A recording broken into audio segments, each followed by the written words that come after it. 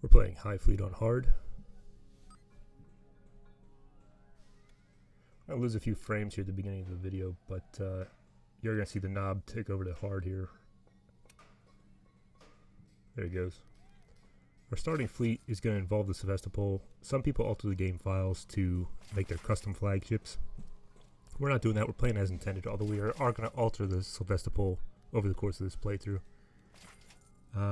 We got 2 aircraft carriers, a fuel ship, and a number of ships we're going to alter into our main fighters over the course of the game. One of which is already ready to fight, which is the Artemis, and the other 2 are the Series. They largely have all the expensive parts, armor, and guns stripped off, but we're going to add them as we go. This is just so we can afford a few more ships at the beginning of the game. Alright, we don't have much starting cash here, in fact, almost none at all. So we're going to remove a bunch of parts off the Sevastopol and sell them. We don't need them. There's a lot of expensive sensors on the ship.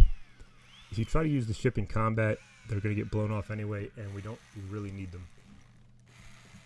We're going to get dedicated sensor ships as we go. We're also going to strip off all the escape pods. You don't need the escape pods because if the Sevastopol goes down, it's game over anyway. That's why it's your flagship. We're going to remove all the missiles, the sprints. Since we're taking off the sensors, including the fire control radar, there is no reason to have sprints on the ship anymore. We're mostly going to gun down missiles, try to avoid them where possible, but we really don't need this. The fuel tanks on the Sevastopol also block all the firing arcs for the main guns, and as well as the 57mm point defense guns. So we're going to remove a large part of the fuel tanks as well. The Sevastopol is just doing too many things at once. We already removed the nuclear missiles also. We're not going to be bringing those. You're going to get more nuclear missiles as you go through the game. If we wanted to use them, we're probably not going to use them anyway. But again, it's just another example of the Sevastopol doing too many different jobs and not doing any of them particularly well. Now we do need to leave a few fuel tanks on here, and since the guns are on either side of the main guns on the Sevastopol, we're going to leave the fuel tanks in the middle. So as long as they don't intersect with that yellow circle on the guns, they are not going to block the firing arcs. They are a little bit on the smaller guns, the 57mm, but otherwise the main guns have good firing arcs now. We could alter the ship more severely and try to we have not a lot of dead space on the ship now, but if we go through and redesign the ship completely, we're going to be in the dock forever, and it's going to delay the beginning of the game, and we're going to start attracting strike groups, which we don't want to do yet. Now you notice I took everything off the Sevastopol before I landed it. It makes it a little less cumbersome to land. There aren't any great bonuses here at the starting city of so we're not going to go crazy on trying to get fit the Sevastopol into one of these bays here to get like a crazy bonus. We are probably going to go for about 80% here. As long as you kind of lean it up against the wall on one of the sides of these bays. For example, it's 20, I'm putting it in. I'm getting the one on the far left as well, even though I'm not technically touching it. So that's a solid 80%. We're going to move some of the armor around here and armor up some of the sections that are unarmored because they had either missiles or escape pods sticking out of the ship on those spots. Because we're going to use this to carry us through the combat for one of our fleets for about 50% of the game. Maybe a little less if we get the other ships operational sooner. We ran out of cash here, so we're going to sell off the parts we took off the Sevastopol earlier. This will also give us starting cash for things like fuel.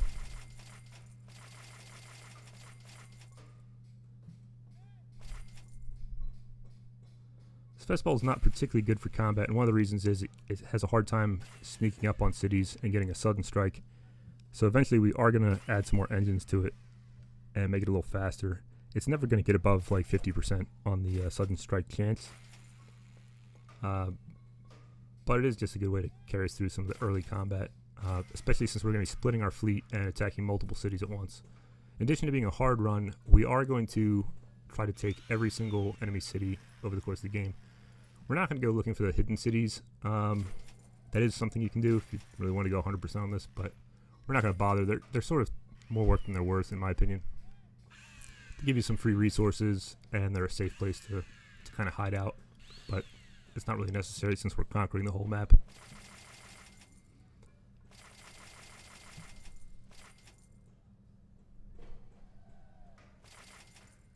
Alright, so we're up about 24, 25 hours on the repair time. You don't want to go much longer than that, otherwise your position is going to get given away and you're going to start attracting enemy strike groups. We're selling off a bunch of the generic parts we didn't need, so I may cut out the audio on that. The sound effects can be annoying. Alright, even though we're waiting for those repairs, we can send out the Artemis already. We're just going to turn this dial, crank up the fuel to 100. We'll send our fuel tanker with it, and we'll give it a little extra range. It has pretty good range. It can hop from city to city, but this will make it have a few more options in evading enemy ships or taking targets of opportunity. Now, even though the Artemis is the ship we're going to start off combat with here, it is missing a number of parts, including has almost half the guns it should, and is missing all the Palash active armor, which is going to make it a little more vulnerable, and it's also something of a bottom fighter or side fighter, meaning there is no armor on the underside of the ship. This cuts weight, makes it a little more maneuverable, a little less expensive. But once it gets nice and low, it's almost indestructible.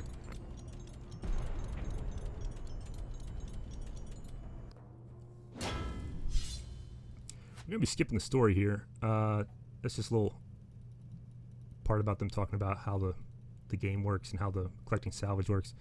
Collecting salvage is not particularly interesting. There's going to be a lot of it this game. It is one of the more tedious aspects of the game. Alright, we got a good event here. This is the signal station. We're going to tear it apart for extra money, which is something we're going to need a lot of over the course of the game, and especially early. We'll add a few anti-air missiles just in case. We do have 2 aircraft carriers. They might come in handy. We'll get more as we get more money, but for now we want to keep a little bit of cash in case we run into some good items in the store.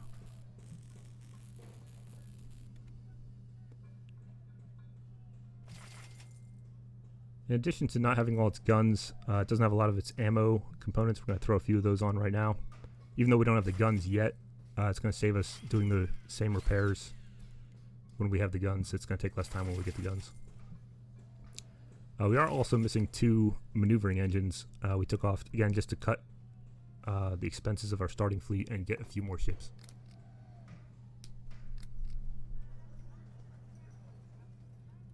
Fast forwarding time here. Both fleets are in repairs.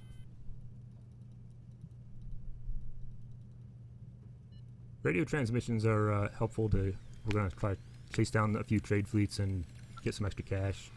Later in the game, I may just start hitting the auto decode button. We're going to be sweeping the map and hitting every city, so we're going to run to a large number of the enemy trade ships as we go. And also, as we get deeper into the game, the money becomes more plentiful, and it's less important to run down every single ship.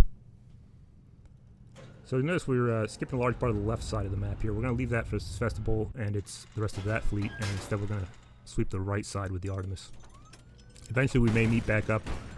There's a few points in the map where there's kind of a choke point where it'll be advantageous to do so. Or we may just get the other cruiser ships online, the series class ships. We'll give them a few different names as we proceed throughout the game. But until they're operational, there's no reason to rename them to distinguish between which one's which. Combat here is not super interesting, partly because we got nice and low, and the Artemis is effective at what it does, even with half its guns. The main danger here is actually not the enemy ships. It's falling debris from the ships that are destroyed. Especially since we don't have all our engines yet, and we're slightly less maneuverable than we will be later in the game.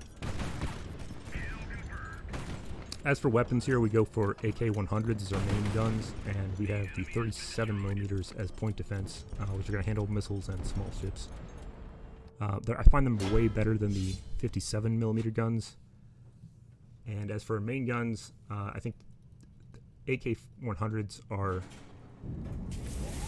widely believed to be the best guns. I've tried every different gun. Some of the bigger ones are more fun, but they're just kind of a risk reward on whether you hit your target, and the tracking is not quite as fast, which is a little annoying against smaller ships.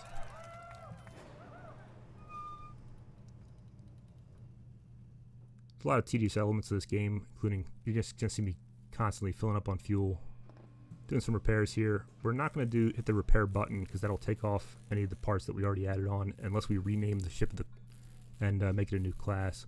We don't want to do that every 10 minutes because we're going to be doing it a lot of minor modifications, so unless we rename the ship into a new class every time we stop, it's just not worth it. So we're just going to do manual repairs.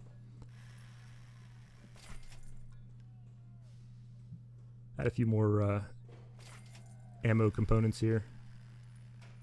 Still looking for those AK-100s. They're not super plentiful. We're going to find a lot of these 130 millimeter guns. Probably the most plentiful gun in the game, maybe except for the 57 millimeter gun, which in my opinion is not two of the best guns in the game.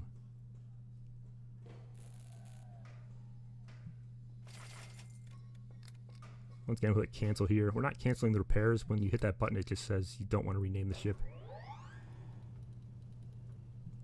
We use the intelligence here. We're going to find the first strike group, and we're going to use the other one to find the tactical groups. The main difference on hard, in my opinion, is the fact that there are way more tactical groups you have to maneuver around across the map, and they are one of the more deadly elements of the game, presuming that you're decent at combat.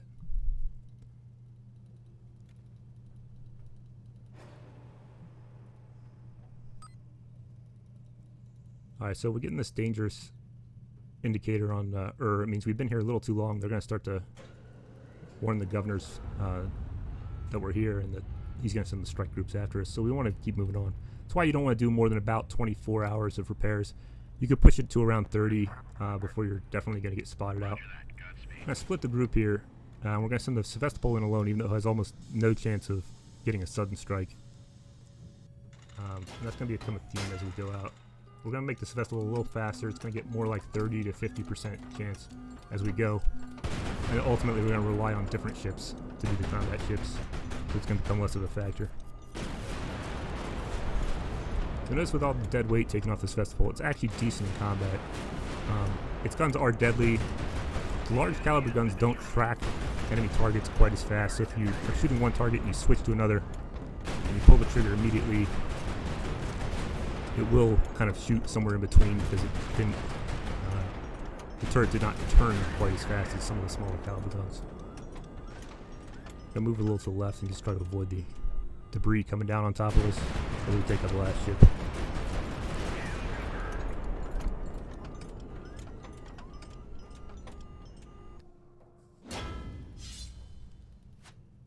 Nice easy victory. I'll talk a little bit about the salvage here. We definitely want components that give us money early on. We also want to watch out for the explosive fuel or ammo. We don't really care about the ammo. The fuel is nice. We never want the radio room or the captain's cabin. The captain's cabin will give us the location of Tarchons. And while we do want to find them, we're going to sweep the map and hit every city anyway, so we're going to find them all. As for the radio room, we don't really need to worry about decoding messages. You can do it. You can kind of force your way through the code manually if you know what words to look for. I tend to look for 5-letter words, and I look for the word route, speed, cargo, or north or south. And if you can get the first letter, because there's only 4 knobs, you get the first letter correct, so one of those letters that start those words. If the final letter matches one of those words, then you know that's the word, and you just turn the other 3 knobs until it says that word, and then the rest of the message will be decoded. Here we're making a few more adjustments to the Sevastopol. The Sevastopol starts with 1 extra ammo unit than it needs, so we're going to throw another 57mm gun on here. Even though it's not the best, we salvaged it so it's free. It's going to give us a little better point defense since we don't have the 37mm guns, which are better for shooting missiles. Gonna rejoin the fleets, and repairs look like they're gonna finish on the Artemis, and we'll move on to the next city. Meanwhile, we gotta refuel this Sevastopol and the rest of the fleet.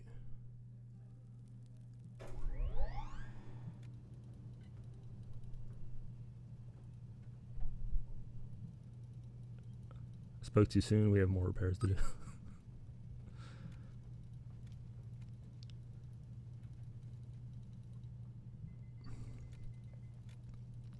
Because there are more tactical groups, I also find that they're lower on the map than they are in the normal mode. It could be a coincidence, or I think it's more likely they just have the game become more difficult sooner. Still not a major issue. Later in the game, they're going to get more dense as well. There's going to be a bunch of them near the end target objective, and that will complicate things a little bit. But the fact that we're running multiple fleets means we'll be able to hit them simultaneously, hopefully, and make it a little easier. Lots of Courageouses here. They're probably the smallest, weakest ship in the game, so there's nothing too interesting going on combat-wise. And that is the goal here, is to make a ship so effective in combat that the combat almost becomes trivial and boring. It doesn't make great entertainment, but it is the best way to get through the hard campaign. And this is a fairly hard game altogether, so there's other elements that make this more difficult than the combat alone.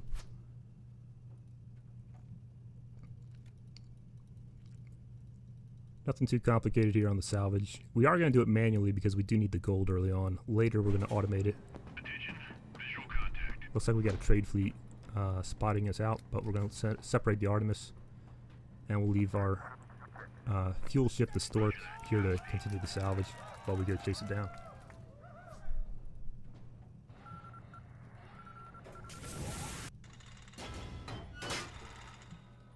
Alright, it's all alone, so it's free money. Gives up without a fight.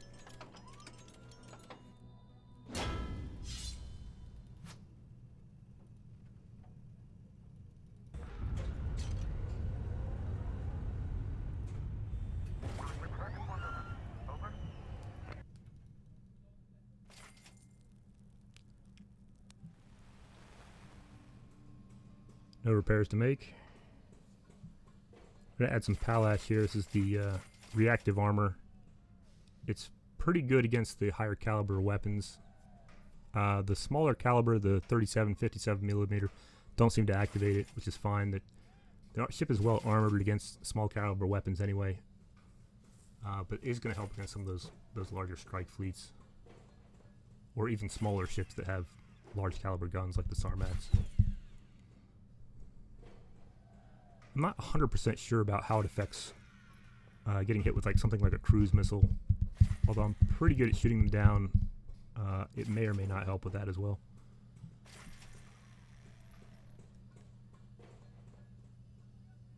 Airplane airstrikes as well. I'm not fully sure. You don't really want to get hit by those. They are some of the deadlier things that can kind of end your run in the course of this game. Let's spread out the Palash here a little bit. We definitely want the sides covered pretty well. We're going to try to get nice and low in combat, and they're going to try to get under us because we're unarmored, so they're mostly going to be shooting us from the side. Occasionally ships will try to get above you. It's usually because they either have bombs or they're just kind of spreading out and trying to attack you from multiple sides, which makes it more difficult to dodge. I'm going to pick up a few T-7s here. We don't have any aircraft carriers with this fleet, the Artemis and the Stork, but we're going to try to pick up a few from any of the mercenary cities, or possibly even Tarkons could give us a few. So, or we may even split up the aircraft carriers we have and among our different fleets, and certainly we will do that for the end game. We have the looks like I forgot to finish my repairs again. We do have the silent alarm, or the silent strike alarm that's going off. That's that red timer in the upper right. And when it finishes off, we'll be able to commence a sneak attack again and try to catch the enemy ships on the ground. It doesn't seem like it's a shared timer between multiple fleets, but because you can sneak attack with a different fleet that hasn't been spotted, in my experience. but it doesn't give you a different indicator of how long you have to wait for that fleet, or if it has a separate timer going off. It's not clear which fleet can or cannot do a sudden strike or a sneak attack. Alright, so we found the first strike group here. And we do have a sneak attack, although I think the strike group is going to be in the air, the garrison is going to be on the ground.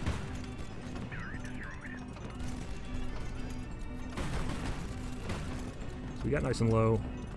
Not super worried. We're going to do a little dodge. It is faster to dodge upwards if you have static thrusters on your ship, because you have more thrusters that can push you up than in any other direction. Even though we want to stay nice and low, sometimes you'll see me do a vertical dodge to try to avoid a lot of incoming fire.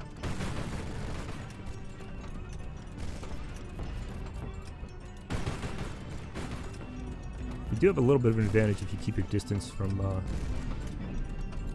the enemy ships. A lot of times they won't use all their weapons unless they're in short range. And also, it's easier to dodge from farther away. Whereas if you have decent gunnery skills, you can consistently hit. And you also tend to fire more often than the enemy ships. In fact, for whatever reason, they have to give these indicators that tell you where, when they're going to fire these. And also they're color coded. You see these blue lines indicating that they're using proximity fuse. Proximity fuse, we'll go over the ammo real quick.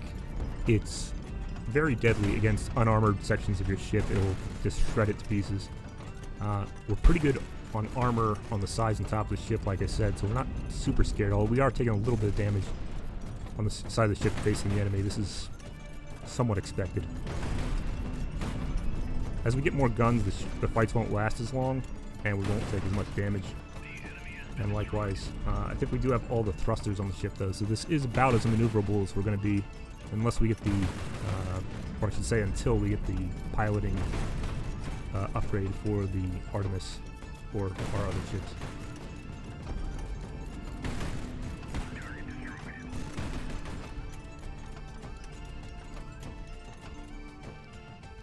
Nice easy victory there, nothing too complicated. We are going to get the level up. And I think we're going to take the pilot bonus right now. That's the end of part 1. Stay tuned for more episodes.